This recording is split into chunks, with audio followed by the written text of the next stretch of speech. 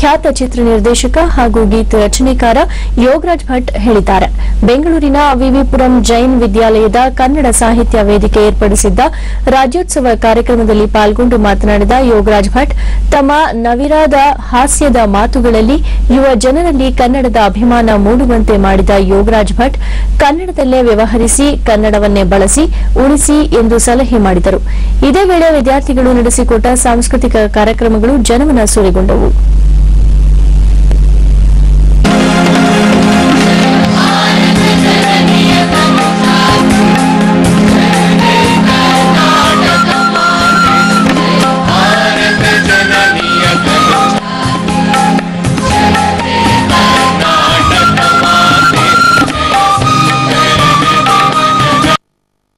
ಈ ಕಾಲೇಜುಗಳಿಗೆ ಕರೆದಾಗ ಒಂದು ಆನಂದ ಆಗುತ್ತೆ. ಬಟ್ ಈ ಮೈಕ್ ಹಿಡ್ಕೊಂಡ ತಕ್ಷಣ ಒಂದು 2 ನಿಮಿಷ ಬೆವ್ರು ಬಂದ್ಬಿಡುತ್ತೆ. ನಾವೆಲ್ಲ ಕಾಲೇಜಲ್ಲಿ ಇದ್ದಾಗ ಹಿಂದ್ಗಡೆಯಿಂದ ಬೇಗ ಮಾತು ಮುಗಿಸಲೇ ಅಂತ ಬಂದ್ಬಿಡ್ತಾ ಇದ್ವಿ.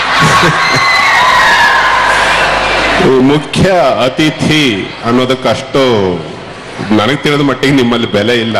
ಏನೋ ಸಿನಿಮಾದ ಕೋತಿ ಬಂದಿದೆ ಅಂತ ಸ್ವಲ್ಪ ನಗ್ತಾ ಇದ್ದೀರಿ. ತದನಂತರ ಈ ರಾಜ್ಯೋತ್ಸವ ಅನ್ನೋದು ಬಹಳ ಇಂಟ್ರೆಸ್ಟಿಂಗ್ ಆದ ವಿಷಯ. ಇವತ್ತಿನೆಲ್ಲ ಇದು ನಮಗೆ ಕನ್ನಡಕ್ಕೆ ವಿಶೇಷ ಮರ್ಯಾದೆ ಕೊಡೋದಕ್ಕೆ 1956ರಲ್ಲಿ ಏನ್ ಮಾಡಿದ್ರು, ಅವತ್ತಿಂದ ಇವತ್ತಿನವರೆಗೂ ರಾಜ್ಯೋತ್ಸವ ಮೆರಿತಾನೆ ಬಂದಿದೆ. ಆದ್ರೆ ಚಿಕ್ಕ ಮಕ್ಕಳಾಗಿದ್ದಾಗ ನಾವುಗಳು ಆಚರಿಸ್ತಿದ್ದ ರಾಜ್ಯೋತ್ಸವನೇ ತುಂಬಾ ಅದ್ಭುತವಾದ್ದು.